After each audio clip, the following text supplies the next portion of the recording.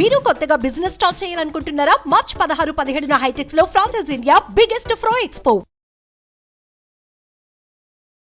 నమస్తే, welcome to Suman TV. నేను విష్ణు. ప్రస్తుతంతో పాటు మార్కెట్ అనలిస్ట్ రేవంత్ చలమల ఉన్నారు. వారితో మాట్లాడదాం. సార్ నమస్తే. సార్ నమస్తే అండి. ఏంటి రేవంత్, మార్కెట్లో బ్లడ్ బాత్లు కంటిన్యూ అవుతున్నాయి. మళ్ళా నిఫ్టీలు 21 చేంజ్కి వచ్చేసింది, సెన్సెక్స్ ఏమో మళ్ళీ 72 చేంజ్కి వచ్చేసింది. ఏంటి మార్కెట్లో ప్రయాణం ఎటువైపు అసలు? సార్, మార్కెట్లో కరెక్షన్ గురవడానికి మల్టిపుల్ కాసెస్ ఉన్నాయి. మనం ఏదో ఒక పర్టికులర్ రీజన్ అని చెప్పడానికి లేదు. కాకపోతే ఈ పర్టికులర్ ఫాల్ అనేది ఎఫ్ఐఎస్ అండ్ డిఐఎస్ ఇన్స్టిట్యూషన్స్ ఇద్దరు కూడా ఒక రకంగా స్ట్రాంగ్ బయింగ్లో ఉన్న టైంలో కూడా జరగటమే కొద్దిగా కన్ఫ్యూజన్కి కారణం అవుతుంది. సో బేసిక్గా మన FII DI data cash buying యాక్టివిటీని కూడా అది లార్జ్ క్యాప్లోకి వస్తుంది అంటే గ్యారంటీ లేదు. That could be in some any other of the stocks. So బేసిక్గా మనకి మార్కెట్ అనేది ఓవర్ వాల్యూడ్ అయిపోతుంది అని ఒక ప్యానిక్ అనేది పర్టికులర్గా ఎప్పుడైతే సెబీ ఒకసారి స్మాల్ అండ్ మిడ్ క్యాప్స్కి సంబంధించిన ఫండ్స్ని రివ్యూ చేసుకోండి అండ్ వాటి మీద ఏదైనా బబుల్ ఫామ్ అయినట్లయితే ఇన్వెస్టర్స్ ఇబ్బంది పడతారు, దానికి సంబంధించిన డేటా మాకు సబ్మిట్ చేయండి అండ్ దాంతోపాటుగా ఒక స్ట్రెస్ టెస్ట్ రిపోర్ట్ అనేది మ్యాండేటరీగా ఉండాలి అనే దాన్ని న్యూస్ ఎప్పుడైతే సర్క్యులేట్ అవ్వడం మొదలుపెట్టిందో దాదాపుగా ఫిబ్రవరి 17-7 తారీఖు అనుకుంటా మేబీ, ఆ టైం నుంచి కూడా కొద్దిగా మిడ్ అండ్ స్మాల్ క్యాప్స్ అయితే చాలా ప్రెషర్లోనే ఉంటున్నాయి. అండ్ పర్టికులర్గా స్మాల్ క్యాప్లో అయితే ఈ ప్రెషర్ చాలా ఎక్కువగా జరుగుతుంది. అండ్ ఆల్మోస్ట్ ఆ టైం నుంచి almost 80% of the small cap stocks అయితే రెడ్లోనే క్లోజ్ అవుతున్నాయి. అండ్ ఆల్మోస్ట్ ఈ రోజు అయితే 350 స్మాల్ క్యాప్ స్టాక్స్ వరకు కూడా లోవర్ సర్క్యూట్స్ హిట్ అవుతూ వచ్చాయి. సో బేసిక్గా మార్కెట్లో ఈ పర్టికులర్ స్ట్రెస్ టెస్ట్ ఎలా జరగబోతుంది ఏంటి అన్న దాని గురించి ఎటువంటి అవగాహన లేదు. ఇదేమి మనకి ఇంతకుముందు జరిగింది, దాని రిపోర్ట్ వచ్చిన తర్వాత స్టాండర్డ్గా మార్కెట్స్ ఇలా రియాక్ట్ అవుతాయి అనటానికి మనకి ఎటువంటి ఆధారం లేదు. For the first time we are seeing ఈ స్ట్రెస్ టెస్ట్ ఏంటి, XYZ రిపోర్ట్స్ ఏంటి అని కొత్త పదాలు వినిపిస్తున్నాయి. సో బేసిక్గా మనకి ఏంటో తెలియదు. సో అది ఒక రీజన్, అది పర్టికులర్గా ఓకే, అదంటే మిడ్ అండ్ స్మాల్ క్యాప్కి సంబంధించింది. సో లార్జ్ క్యాప్కి సంబంధించి ప్రాబ్లం ఏంటి అని అంటే మనం పర్టికులర్గా గమనించినట్లయితే మంగళవారం అంటే నిన్నటి నుంచి మనకి మార్కెట్స్ కొంత రెడ్లో క్లోజ్ అవడం మొదలుపెట్టాయి. నిన్నైతే కొంత బ్యాంకింగ్ స్టాక్స్ ప్రెషర్ కనిపించాయి అండ్ ఈ రోజు కూడా బ్యాంకింగ్ స్టాక్స్ ప్రెషర్ అయితే చాలా ఎక్కువగా ఉంది.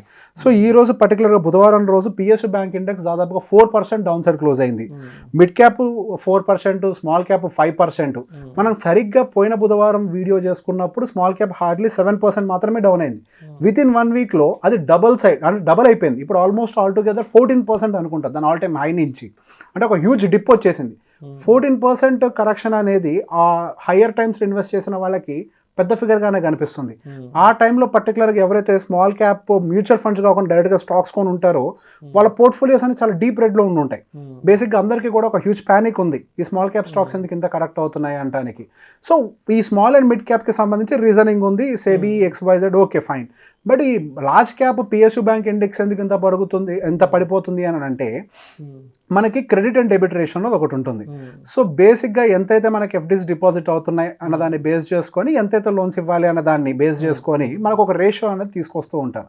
సో బేసిక్గా రేషియో అనేది మనకి FD వర్సెస్ క్రెడిట్, అంటే FDలు వచ్చేదానికి తో పోల్చుకుంటే ఎంత అప్పులు ఇస్తున్నాం అనే దాని రేషియో ఆల్మోస్ట్ 80%కి రీచ్ అయింది. వచ్చేటువంటి FDలతో కంపేర్ చేస్తే 80% లోన్స్ ఇచ్చేయడం మొదలుపెట్టారు. సో బేసిక్గా ఇటువంటి టైంలో కనుక లోన్ ఎగవేతదారులు ఎవరైనా ఉంటే, సో మన టర్మినాలజీలో చెప్పాలి అని అంటే నాన్ పర్ఫార్మింగ్ అసెట్స్ కింద ఏమైనా కన్వర్ట్ అయితే అది బ్యాంకింగ్ ఇండస్ట్రీ మీద చాలా ప్రెషర్ క్రియేట్ చేయబోతుంది అని ఒక భయం అనేది క్రియేట్ చేసింది. సో బేసిక్గా ఈ ప్రెషర్ అనేది సహజంగా క్రియేట్ అయినప్పుడు ఏమవుతుంది, లోన్స్ ఇష్యూ చేయడం కూడా బయటకు తగ్గడం అనేది ప్రాబబ్లీ తగ్గుతూ ఉంటుంది. సో బేసిక్గా ఎప్పుడైతే లోన్స్ ఇవ్వడం తగ్గుతుంది అని ఒక ప్రెషరు, ప్లస్ ఈ గ్రాస్ నెట్ NPA అంటే గ్రాస్ NPA అనేది పెరుగుతుంది అని ఒక ప్రెషరు, ఇవన్నీ రెండు కూడా కంబైన్డ్గా మార్కెట్ని డ్రాడౌన్ చేయడానికి కొంతవరకు ప్రాబబిలిటీ ఉంది. నేను కంప్లీట్గా ఇది ఒకటే రీజన్ అని చెప్పట్లేదు. పర్టికులర్గా బ్యాంకింగ్ సెక్టర్కి అయితే చాలా పెద్ద కన్సర్న్. లాస్ట్ 5 ఇయర్స్లో దాదాపుగా 80% క్రాస్ అవ్వటం అనేది లాస్ట్ 5 ఇయర్స్లో ఇదే ఫస్ట్ టైం. అంటే రీసెంట్గానే అది క్రాస్ అయింది. సహజంగా దానికి ఏదైనా పారామీటర్ ఉందా చెక్ చేయడానికి, ఏది వస్తే హై ఏది వస్తే లో అంటే there is no parameter. 70 below ఉంటే వాళ్ళు సరిగా యూటిలైజ్ చేయట్లేదు అని అంటారు, 80 అబోవ్ ఉంది అని అంటే హై అని అంటారు. So the value should always range between 70 to 80%. వాళ్ళ దగ్గర ఉన్న FD వాల్యూస్లో 70 to 80%లో మాత్రమే ఆ క్రెడిట్ రేషియోస్ అనేవి మెయింటైన్ అవుతూ ఉండాలి. సో బేసిక్గా ఈ రేషియోస్ అనేవి పెరగటం వల్ల ఈ బ్యాంకింగ్ సెక్టార్ మీద ఎటువంటి ప్రెషర్ అని రావచ్చు అనే భయం ఉంది. ఇది ఒకటే కాకుండా మనం ప్రీవియస్గా కూడా మాట్లాడుకున్నాం, క్రెడిట్ బబుల్ అనేది బిల్డ్ అవుతుంది మార్కెట్లో. సో ఇది ఎప్పుడైనా బర్స్ట్ అవ్వచ్చు అని చెప్పి. సో గత కొన్ని రోజులుగా సెబీ యొక్క మాటల్లో మనకు అర్థమైన విషయం కూడా అదే. బబుల్ బిల్డ్ అవుతుందా లేదా అనేది మా కన్సర్న్ కాదు. ఏ సైజ్ బబుల్ బిల్డ్ అయినా అది బర్స్ట్ అవడం అయితే గ్యారంటీ. ఏదో ఒక టైంలో ఒక బబుల్ అనేది బర్స్ట్ అవుతుంది. అది బర్స్ట్ అయిపోయింది అని అంటే ఆ టైంలో మార్కెట్లో ఉన్నటువంటి రీటైల్ ఇన్వెస్టర్స్ పరిస్థితి ఏంటి? సో దానికి సంబంధించి మనం ముందస్తు జాగ్రత్తలు తీసుకోవాలి అనే చర్యలు మొదలుపెట్టిన దగ్గర నుంచి అటు స్మాల్ అండ్ మిడ్ క్యాప్లో ప్రెషర్ పెరిగింది. దానికి తోడు నడిచినటువంటి ఈ న్యూస్, ఈ క్రెడిట్ డెబిట్ రేషియో న్యూస్ కూడా యాడ్ అయ్యి ఈ బ్యాంకింగ్ సెక్టర్ని కూడా పడేసుకుంటూ రావడం మొదలైంది. సో దీది ఎంతవరకు పడిపోతుంది అని అంటే ఎవరం ఖచ్చితంగా చెప్పలేం. బట్ ఓవరాల్గా మాత్రం మార్కెట్ స్ట్రక్చర్ అయితే నెగిటివ్గా టర్న్ అయినట్టుగా కనిపిస్తుంది. బట్ ఇన్ బిట్వీన్ మనకి ఎలక్షన్స్ ఒకటి ఉన్నాయి కాబట్టి ఎలక్షన్స్ అనేవి ఒకటి ఉన్నాయి కాబట్టి ఆ ఎలక్షన్కి రిలేటెడ్ ఏమైనా ర్యాలీ కొంతవరకు సపోర్ట్ చేయొచ్చు. స్టేబుల్ గవర్నమెంట్ ర్యాలీ అనేది బై డిఫాల్ట్గా ఉంటుంది. సో దానికి సంబంధించిన అడ్వాంటేజ్ ఉండొచ్చు. అండ్ మోర్ ఎవర్ ఇంకొక కన్సర్న్ కూడా ఏం పెరుగుతుంది అని అంటే మొన్న వచ్చిన జీడిపి డేటా చూసి కూడా మార్కెట్ బాగా ర్యాలీ అయింది. But over the period of time analysis జరిగిన తర్వాత వస్తున్న డేటా అగైన్ మార్కెట్ని కొంత డిసప్పాయింట్ చేస్తుంది. దాంట్లో ఉన్నటువంటి జీవీఏ వాల్యూస్ అండ్ దాంతో పాటుగా మనకి అంటే ఆ జీవీఏ వాల్యూకి అండ్ మనకి ఇందులో ఏంటంటే జీడిపిని కొలవడానికి టూ స్టైల్స్ ఉంటాయి. ఒకటి వచ్చేసరికి ఎంత ఎక్స్పెండిచర్ పెట్టారు అనేది, ఇంకొకటి వచ్చేసరికి మనకి ఎంత సేల్స్ క్రియేట్ అయింది. అట్లా టూ డిఫరెంట్ రేషియోస్లో చేస్తూ ఉంటారు. సో బేసిక్గా జీవీఏకి అండ్ జీడిపికి మధ్యలో డిఫరెన్స్ అనేది ఎక్కువగా ఉండకూడదు. మొన్న వచ్చిన డేటాలో ఈ డిఫరెన్స్ అనేది చాలా ఎక్కువగా ఉంది. సో బేసిక్గా మనకి వరల్డ్లో ఉన్నటువంటి ఎకనామిక్స్ అందరూ కూడా ఇది ఒక కన్సర్న్ కింద రేజ్ చేశారు. అండ్ మోర్ ఎవర్ ఈ మీకు జీడిపి అనేది మనకి జీడిపి బాగా పెరుగుతుంది కానీ అంటే మన 5th లార్జెస్ట్ ఎకానమీగా ఎదుగుతున్నాం కానీ అదే మనకి పర్ క్యాపిటా ఇన్కమ్ వచ్చేసరికి 148th స్టేట్లో ఉన్నాం మనం. అంటే చాలా బంగ్లాదేశ్తో పోలిస్తే మనం ఇంకా హీనంగా ఉన్నాం. సో బేసిక్గా మెజారిటీ ఆఫ్ ద ఈ జీడిపిఓ ఈ ఇన్కమ్ ఏదైతే గ్రోత్ ఉందో ఇదంతా కూడా టాప్ 1%కి వెళ్తుంది కానీ గ్రాస్ రూట్ లెవెల్లో అది ఎటువంటి చేంజెస్ని క్రియేట్ చేయట్లేదు అని ఒక data over the period of time, అంటే డేటా వచ్చిన తర్వాత కొంత టైం పడుతుంది కదా అనాలిసిస్కి. ఆ అనాలిసిస్ టైం కూడా బయటకు వచ్చేసరికి ఓకే జీవీఏ పెరగట్లేదు, జీడిపి మాత్రమే పెరుగుతుంది. That to because of the tax component వల్ల ఈ జీడిపి వాల్యూస్ పెరుగుతున్నాయని ఒక క్లారిటీ కూడా మార్కెట్కి రావడంతో ఓకే ఒరిజినల్ జీడిపి వాల్యూ ఇది కాదు అనే ఒక మైండ్లో అంటే బేసిక్ చాలా అనాలిసిస్ వస్తున్నాయి ఇప్పుడు మనకి. సో అది కూడా ఒక ట్రిగ్గర్ అవ్వడం అనేది ఒక రీజన్ అయి ఉండొచ్చు నేను పర్సనల్గా బిలీవ్ చేస్తున్నా. సో బేసిక్ ఇవన్నీ ఆల్ టుగెదర్ మార్కెట్ని ఫ్యాక్టర్ చేసుకుంటూ కిందకి వెళ్తున్నాయి. అండ్ మోర్ ఎవర్ ఒక ర్యాలీ జరిగిన తర్వాత ఒక డిప్ రావటము, ఒక కన్సాలిడేషన్ జరగటం అనేది మార్కెట్కి ఎప్పుడైనా అవసరం. ఎప్పుడైతే ఒక డిప్పు ఒక కన్సాలిడేషన్ అనేది స్ట్రాంగ్గా జరుగుతుందో మార్కెట్ అక్కడ ఒక స్ట్రాంగ్ బేస్ని ఫార్మ్ చేస్తుంది టెక్నికల్గా కూడా. సో ఒక ఫార్మేషన్ ఆఫ్ బేస్గా కూడా మనం దీన్ని చూడొచ్చు.